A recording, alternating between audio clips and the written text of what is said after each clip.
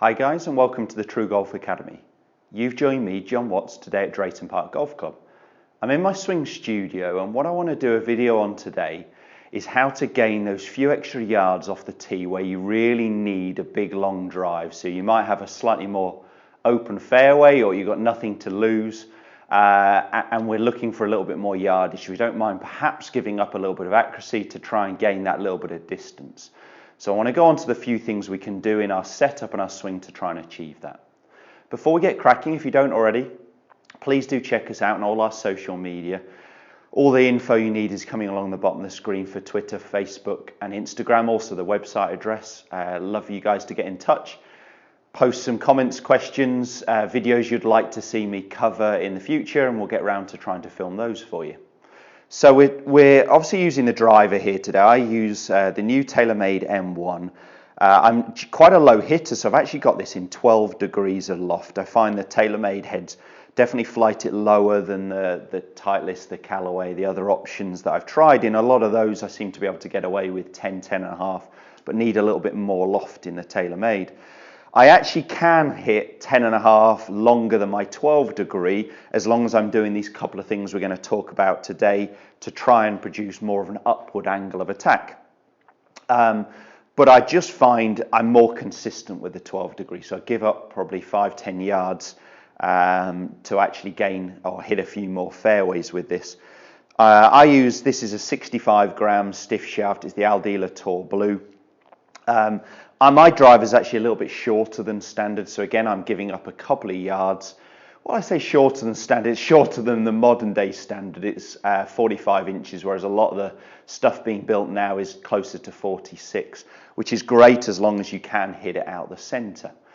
What we're going to do is forget what driver we're using, but think about getting yourself custom fitted, seeing if there's anything you can do with your launch angle and your spin rate to gain those few extra yards as well. What we're going to talk about, as I said, is changing the setup. So there's a couple of things that I would do to try and encourage a little bit more distance. I want to be hitting more up on the golf ball. So one thing I'm going to do, and you'll see it from this angle, is I will play the ball a little bit more forwards in my stance, and normally play it just inside my left heel. If I was going to try and hit up on it a little bit more, instead of just inside the left heel, maybe opposite the left heel or my instep. So I'd play the ball a touch more forwards. Now the only downside to that is it will encourage the path to be going a little bit more to the left because we swing on this arc. So if I was swinging on an in to straight to in arc, as I move the ball more forwards, the club is actually travelling more to the left. So I'm going to counteract that by closing my stance. So pointing my body out to the right of the target. Now the first step is to move the trail foot back to close the stance, but the really important thing to do is also to pull back that shoulder. Moving the feet without moving the shoulders really isn't going to do anything. We need our body a little bit closer. For me as a right-handed golfer, pointing more out to the right of the target. Remember, that is counteracting the fact that the ball position's gone forward. So I've moved the ball forwards, I've closed my stance and my shoulders, and the last thing I'm going to do, you'll see it again from this angle face on, is just make sure I'm really tilted behind the golf ball so my trail shoulder is sitting a lot lower than my lead shoulder. Again, this is going to encourage me to be hitting more up on the golf ball. Okay, so I'm trying to create an upward angle of attack more than I would normally get. So I'm normally around 2 degrees on the way up, so I'm trying to get more than that. I'm trying to counteract the ball going more forwards by encouraging my swing path to go more in to out with my body alignment. The last thing is where we strike the ball on the golf club. Now, I don't need to put some tape on my club as I've got my HMT monitor, so we'll see where the ball's striking. But I'd either put some face tape on the golf club or just get some foot spray, so something you'd spray in your shoes, the Dr. Scholl's, spray it across the club face, and again you'll see the impact location where the dimples are. So we want the ball to be out the middle, but if we're going to be either way, we're better hitting it slightly high and slightly nearer the toe end of the golf club. The worst we can get for really yardage is down here, low heel, so we're better getting that ball a little bit higher. That's going to give us a higher launch angle, a lower backspin rate, and slightly more out the toe is going to give us an axis tilt to the left for me as a right-handed golfer, so a little bit more curve to the left, a little bit more draw spin if you like. So we're trying to hit the ball a little bit higher and a little bit toe. So I've also just teed that ball a little bit higher. Let's go ahead and hit one or two. So you guys are going to be able to see the ball flight when I hit this as well. So a couple of things. That ball's gone more forwards in my stance. May go a little bit wide with my feet. I didn't mention that, but may go a little bit wider if you're going to try and generate more speed. You're going to close your stance slightly, including your shoulders. So my body is pointing a little bit more to the right of the target. And I'm really going to make sure I tilt behind the golf ball. So you can see my head is well behind the golf ball here. Okay, let's give it a go. So ball forwards, tilt behind the ball. I've closed my stance. I'm really trying to hit up on it and hit like a big high draw.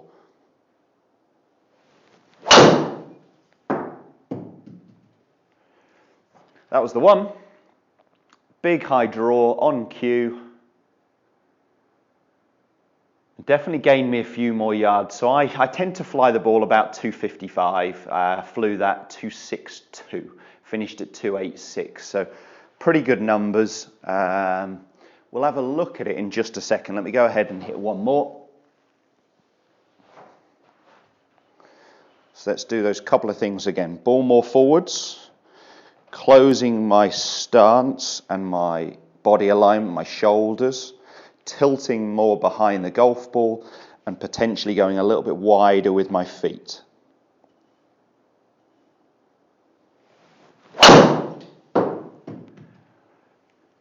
Felt pretty good. Not quite as high as the last one, but still pretty solid.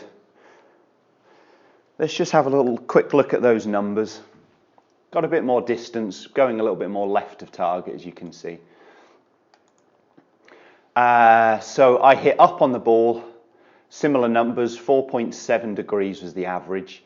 I could have got my swing path going more to the right. The first one was half a degree into out, the second one 0.3 in, out to in. So actually could close my stance and my shoulders and really get the feeling of swinging a little bit more right. My club face control is pretty good, as you can see there.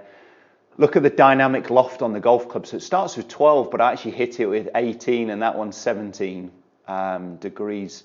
If we look where I struck the ball, so remember high toes better than low heel, you know, middle's good, or anything up this quarter is absolutely fine. So that was my first shot. And that was my second shot, so a little bit more centered perhaps. But really good angle of attack and definitely gained some yardage. So normally I'm flying the ball about 255 to finish about 275. So I'm gaining, 14 yards, including roll. So about 10 yards or so of carry, but about 15 in total because I've got a little bit more run out as well.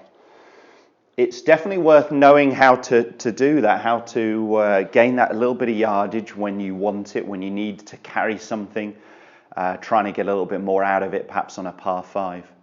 Do post some comments and questions below. Let me know how you get on with those setup changes. It will feel a little bit awkward, like you're a long way behind the golf ball, but persevere with it. Give it a go in practice first. See if there is an increase of distance for you. If you enjoyed the content of the video, give us a thumbs up. And do subscribe to the channel for all the other content Monday, Wednesday and Friday. Thanks guys, we'll see you soon.